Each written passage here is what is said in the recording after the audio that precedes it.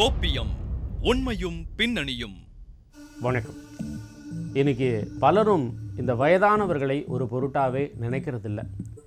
இதை சாதகமாக்கி கொண்ட சிலர் என்ன பண்ணுறாங்க அப்படின்னா, முதியவர்களையே இலக்காக்கி குற்றச்சம்பவங்களை நடத்திட்டு இருக்காங்க. அதை பற்றியும் நாளுக்கு நாள் குழந்தைகளுக்கு எதிராக அதிகரித்து வரக்கூடிய குற்றச்சம்பவங்களில் 10 வயது சிறுமி அறிவாளால் வெட்டப்பட்ட கொடூரமான சம்பவத்தை பற்றி தான் இன்றைய கோப்பியம் நிகழ்ச்சியில் பார்க்க போகிறோம்.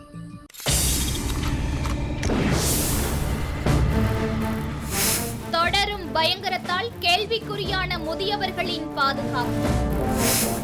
ஒரே மாதத்தில் கொல்லப்பட்ட 7 மூதாட்டிகள், அதிர வைக்கும் ரிப்போர்ட்.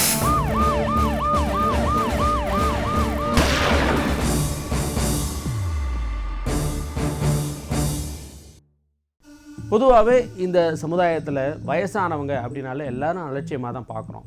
அதோட அவங்கள பற்றி பெரும்பாலும் யாரும் கவலைப்படுறதும் கிடையாது. இதனாலேயே வயதானவர்கள் கொள்ளையர்களின் எளிய இலக்காக மாறிடுறாங்க. இப்படி கடந்த காலங்களில் கொள்ளையர்களின் இலக்கிற்கு பல முதியவர்கள் உயிரை விட்டிருந்தாலும் கூட கடந்த ஜூலை மாதத்தில் மட்டும் நடந்த கொள்ளை, செயின் பறிப்பு இது போன்ற சம்பவங்களில் 7 மூதாட்டிகள் கொலையானதின் உண்மை என்ன, அதனுடைய பின்னணி என்னங்கிறத இப்போ பார்க்கலாம். தமிழ்நாட்டில் பல பகுதிகளிலும் கடந்த ஒரு மாதத்தில் மட்டும் நகை மற்றும் பணத்திற்காக சுமார் 7 மூதாட்டிகள் கொடூரமாக கொலை செய்யப்பட்டுள்ளனர் என்பதுதான் அதிர்ச்சி தகவல். அதில் கடந்த வாரத்தில் சென்னையில் ஒரு மூதாட்டிக்கு நடந்த நிகழ்வு கொடூரத்தின் உச்சம் என்றே கூறலாம்.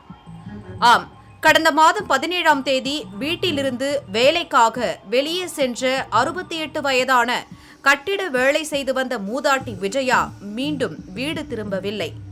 இதனை அறிந்த அவரது மகள் லோகநாயகி கடந்த 19ஆம் தேதி சென்னை எம்ஜிஆர் நகர் காவல் நிலையத்தில் கொடுத்த புகாரின் அடிப்படையில் போலீசாரும் காணாமல் போன விஜயாவை பற்றி பல இடங்களிலும் விசாரித்து வந்தனர். ஆனால் அவரை பற்றி போலீசாருக்கு எந்த தகவலும் கிடைக்கவில்லை. இந்நிலையில்தான் போலீசார் அப்பகுதியில் இருந்த சிசிடிவி கேமராக்களை ஆய்வு செய்ததன் அடிப்படையில் மூதாட்டி விஜயாவின் பக்கத்து வீட்டில் வசித்து வந்த தம்பதிகளான பார்த்திபனும் சங்கீதாவும் சேர்ந்து வெறும் 50,000 ரூபாய் பணம் மற்றும் 2 சவரன் நகைக்காக மூதாட்டி விஜயாவை கொலை செய்து உடலை 3 துண்டுகளாக வெட்டி அடையாறு ஆற்றில் வீசியது தெரிய வந்தது. சென்னையையே அதிர வைத்த இந்த கொடூர சம்பவத்தை அடுத்து அவர்கள் இருவரையும் கைது செய்த போலீசார் சிறையில் அடைத்தனர். இந்த கொடூர சம்பவத்திற்கிடையில் கடந்த 3ஆம் தேதி திருச்சி மாவட்டம் மணப்பாறை மஸ்தான் தெருவை சேர்ந்த தொழிலதிபர் நாகப்பன் என்பவரது மனைவியான 70 வயது கல்யாணி அவரது வீட்டின் சமையலறையில் மர்மமான முறையில் உயிரிழந்து கிடந்துள்ளார். மேலும் அவர் அணிந்திருந்த 17 சவரன் தங்க நகைகள், ஒரு வைரத்தோடு மற்றும் வீட்டிலிருந்த சுமார் 30,000 ரூபாய் பணம் கொள்ளை போயிருந்தது. இதனையடுத்து சரியாக ஒரு வாரம் கழிந்த நிலையில் மதுரை திருமங்கலம் அடுத்த வாகைக்குளம் மாயநகர் பகுதியில் வசித்து வந்த தங்கராசு விபத்து ஏற்பட்டு தன் மகளின் வீட்டில் தங்கி சிகிச்சை பெற்று வந்துள்ளார். இதனால் வாகைக்குளத்தில் அவரது மனைவி காசம்மாள் மட்டும் தனியாக வீட்டில் இருந்து வந்த நிலையில் கடந்த 9ஆம் தேதி வீட்டிற்குள் கழுத்தறுக்கப்பட்டு இரத்த வெள்ளத்தில் பிணமாக கிடந்துள்ளார். அதோடு பீரோவில் இருந்த சுமார் 65 சவரன் தங்க நகைகளும் கொள்ளையடிக்கப்பட்டிருந்தன. நைட்டு ஒரு 9 மணிக்கு எனக்கு ஃபோன் வந்துச்சு சார். நான் ராசம்படியில் இருந்தேன். இந்த மாதிரி நான் ஆக்சிடென்ட் ஆகி அங்கே ஹாஸ்பிட்டலில் இருக்கிறத இந்த மாதிரி காலையில் வாரம்னு சொன்னேன். அதுக்கிடையில் ஃபோனு வேறு வரல. அதோட இப்போ என்னன்ற இப்போ காலையில் எனக்கு 7 மணிக்கு ஃபோன் வந்துச்சு. என்னன்னா கதவை திறந்து இந்த மாதிரி மலோட பண்ணி கிடக்கு அப்படின்ட்டு இங்கேருந்து ஃபோன் பக்கத்து வீட்டுக்காரங்க ஃபோன் அடித்தாங்க. அதுக்கு பின்னாடி தான் நான் வந்துச்சு. அவங்க இறக்குற போது ரொம்ப நடுக்காடு கிராமத்தில் இருக்கிறதுனால நாட்டுக்காட்டில் அதிகமாக ஆள் நடமாட்டம் பழக்கங்கள் இருக்கிறது. அதனால் எங்களுக்கு போலீஸ் வரணுன்ட்டு உங்களை கேட்டுக்கொள்கிறேன். என்னன்னு தெரியல. நகை 65 நகை போயிருக்குங்க. அதனால் எங்களுக்கு போலீஸு கொஞ்சம் பந்தோபஸ்து வேணும். நைட்டு ரோந்துக்கு வர மாதிரி கொஞ்சம் கொடுக்க வேணுங்க. அது குப்பரை கிடக்காங்க. என்னான்னு ஒன்று கழுத்தறுத்து தான் இருக்குன்னு சொல்கிறாங்க. அது டீட்டெலாம் என்னான்னு தெரியல. பெரட்டி பார்க்கல. இந்த கோர சம்பவம் நடந்து சுமார் 3 நாட்களே ஆன நிலையில் மதுரை மாட்டுத்தாவணி பகுதியில் இருக்கும் பிரபல தனியார் மருத்துவமனையின் உள்ளே உணவகத்தில் பணிபுரிந்து வந்த 70 வயதான முத்துலட்சுமி என்ற மூதாட்டி அந்த மருத்துவமனையின் 6வது தளத்தில் மர்மமான முறையில் இறந்து கிடந்தார். மேலும் அவர் அணிந்திருந்த 2 சவரன் தங்கச் சங்கிலி காணாமல் போயிருந்தது. தினமும் நூற்றுக்கணக்கான நபர்கள் வந்து செல்லும் ஒரு மருத்துவமனையில் நடந்த இந்த சம்பவம் பலரிடையேயும் அதிர்ச்சியை ஏற்படுத்தியிருந்தது. அதனைத் தொடர்ந்து கடந்த 19ஆம் தேதி சென்னை வியாசர்பாடியில் சரோஜிபாய் என்ற 78 வயது மூதாட்டியை கொன்று 1.5 சவரன் கம்மல் கொள்ளையடிக்கப்பட்டது. 23ஆம் தேதி காரைக்கால் பகுதியில் கனகவள்ளி என்ற மூதாட்டியை தாக்கி சுமார் 50 சவரன் நகைகள் கொள்ளையடிக்கப்பட்டது. கடந்த காலங்களில் ஒரு 10 ஆண்டுகளுக்கு முன்னாலே காவல்துறை என்று சொன்னால் அது ரோந்து பணிகளை முடுக்கிவிடும். இரவு நேர ரோந்து, பகல் நேர ரோந்து, மாலை நேர ரோந்து என்று ரோந்து பணிகளை புதுச்சேரி அரசும் காவல்துறையும் மாவட்ட நிர்வாகமும் முடுக்கிவிடும். ஆனால் புதுச்சேரியிலே இப்படி தமிழகத்திலே நடைபெறக்கூடிய சம்பவங்கள் புதுச்சேரியில் நடைபெறுவதற்கு வெகு நாட்கள் ஆகாது. ஆகவே முன்கூட்டியே நடவடிக்கை எடுக்க வேண்டிய பொறுப்பும் கடமையும் புதுச்சேரி மாவட்ட நிர்வாகத்துக்கும் காவல்துறைக்கும் இருக்கிறது. இங்கு இது ஒரு சின்னஞ்சிறிய பகுதி. இந்த பகுதியிலே மூத்த குடிமக்கள் நிறைய பேர் வசிக்கிறார்கள். இவர்களை குறிவைத்து இந்த தமிழக பகுதியிலே நடந்த அந்த விரும்பத்தகாத சம்பவம், இதுபோன்று களவாடக்கூடிய சம்பவம், மூத்த குடிமக்களை கொலை செய்யக்கூடிய நிகழ்வு என்பது புதுச்சேரியில் வரக்கூடாது என்பதனை முன்கூட்டியே நடவடிக்கை எடுக்கக்கூடியதை அரசு புரிந்து கொண்டு தமிழகத்தின் பல பகுதிகளை கணக்கில் கொண்டு அந்த சம்பவங்களை இங்கே நிகழாமல் தடுப்பதற்கு இரவு நேர ரோந்து பணிகளையும் மூத்தோர் குடியிருக்கும் வீடுகளையும் காவல்துறை தன்னுடைய கட்டுப்பாட்டுக்குள்ளேயும் அதை கண்காணிக்கவும் நடவடிக்கை எடுக்க வேண்டும். அவ்வாறு செய்வதனால் மட்டுமே மூத்த குடிமக்களுடைய உயிர்களையும் உடைமைகளையும் பாதுகாக்க முடியும் என்று உறுதியாக புதுச்சேரி மக்கள் நம்புகிறார்கள்.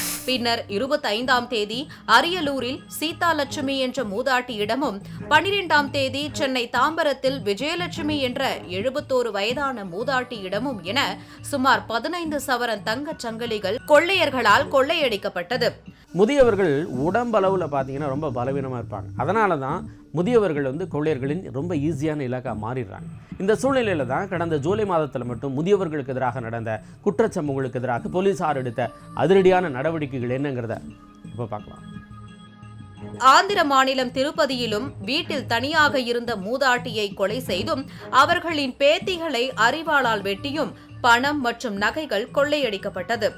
இப்படி வயதானவர்களுக்கு பெரும் அச்சுறுத்தலாக மாறிய இந்த சம்பவங்களில் போலீசார் வழக்கு பதிவு செய்து கொள்ளையர்கள் குறித்து விசாரணை நடத்தி வந்த நிலையில், முதலாவதாக திருச்சி மணப்பாறையில் மூதாட்டி கொலை வழக்கில் குற்றவாளிகளை போலீசார் தேடி வந்த நிலையில், வீடுகளில் தண்ணீர் கேன் சப்ளை செய்து வந்த பண்ணப்பட்டி சமத்துவபுரத்தை சேர்ந்த கேசவன் மற்றும் அவனது கூட்டாளிகள் சேர்ந்து நகைக்காக மூதாட்டியை கொலை செய்தது தெரிய வந்தது.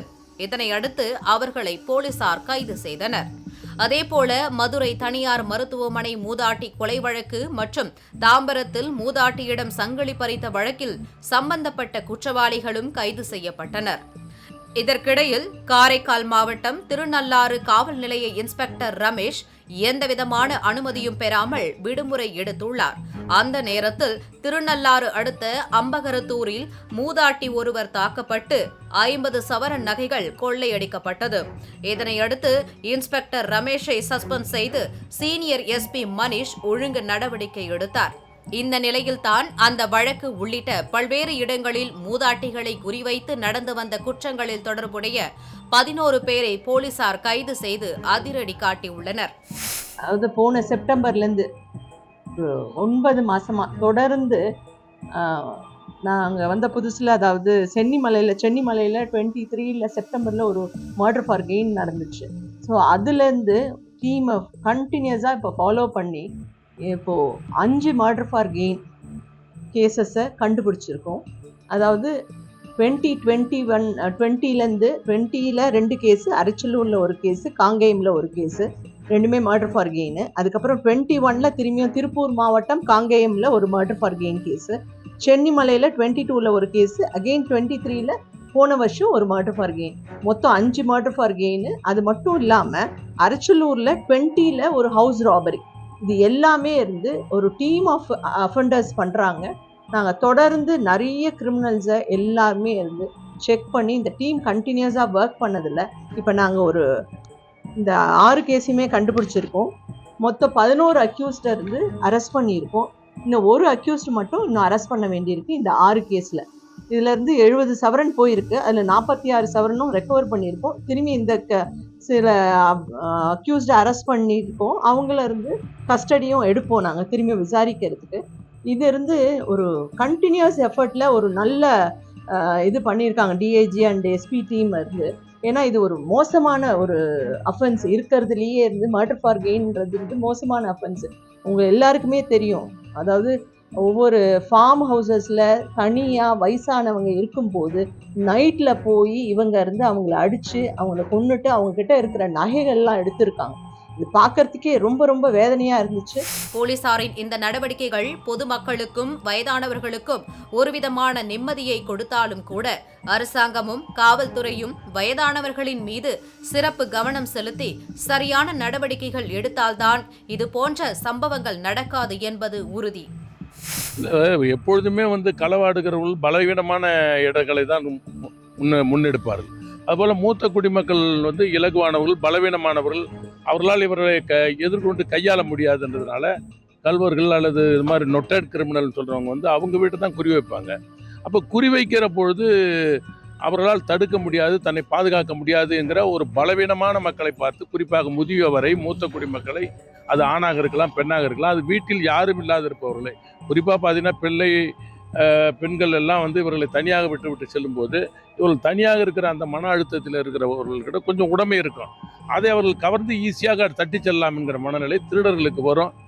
குறிப்பாக அது கொலை அளவுக்கு கூட அவர்களை கீழே பிடித்து தள்ளுகிறப்போ துரதிர்ஷ்டவசமாக அவர் இறந்து விடுகிறார்கள். ஆகவே அவர்களுக்கு பலப்படுத்த வேண்டும், அவர்களுடைய பாதுகாப்பை பலப்படுத்தணும்னா தான் நான் ஏற்கனவே சொன்னது போல ரோந்து பணியை முடிக்க விட வேண்டும். இப்போ காவல்துறை வருகிறதுனா களவாடக்கூடியவர்கள் அல்லது இது போன்ற மூத்த குடிமக்களை குறிவைக்கிறவர்கள் ஓரளவுக்கு அடங்குவார்கள். குற்றங்கள் வந்து குறைவதற்கான வாய்ப்புகள் ஏற்படும். அதனால் ரோந்து பணியை முடிக்கிடுவது தான் இரு மாநில காவல்துறைக்கும் சரி. அதன் மூலமாக சட்டம் ஒழுங்கை பாதுகாக்க முடியும். வயதானவர்களின் மீதான இந்த சமுதாயத்தின் அலட்சிய பார்வை தான் அவங்களுக்கு எதிரான குற்றங்கள் இன்றைக்கி வந்து அதிகமாக நடக்கிறதுக்கு காரணமாக இருக்குது. அதனால் போலீஸார் என்ன பண்ணணும் அப்படின்னா, குற்றவாளிகளை பிடிக்கிறதோடு நிற்காமல் அந்தந்த காவல் எல்லைக்குட்பட்ட பகுதிகளை தனியாக வசிக்கக்கூடிய முதியவர்களின் விவரங்களை சேகரித்து தொடர்ந்து அவங்கள கண்காணிக்கணும். அப்படிங்கிறதோட கிராம நிர்வாகமும் தனியாக வசிக்கக்கூடிய முதியவர்களின் பாதுகாப்பை உறுதி செய்யணும் அப்படிங்கிறதான் எல்லாருடைய கோரிக்கை. கோப்பியம் உண்மையும் பின்னணியும்.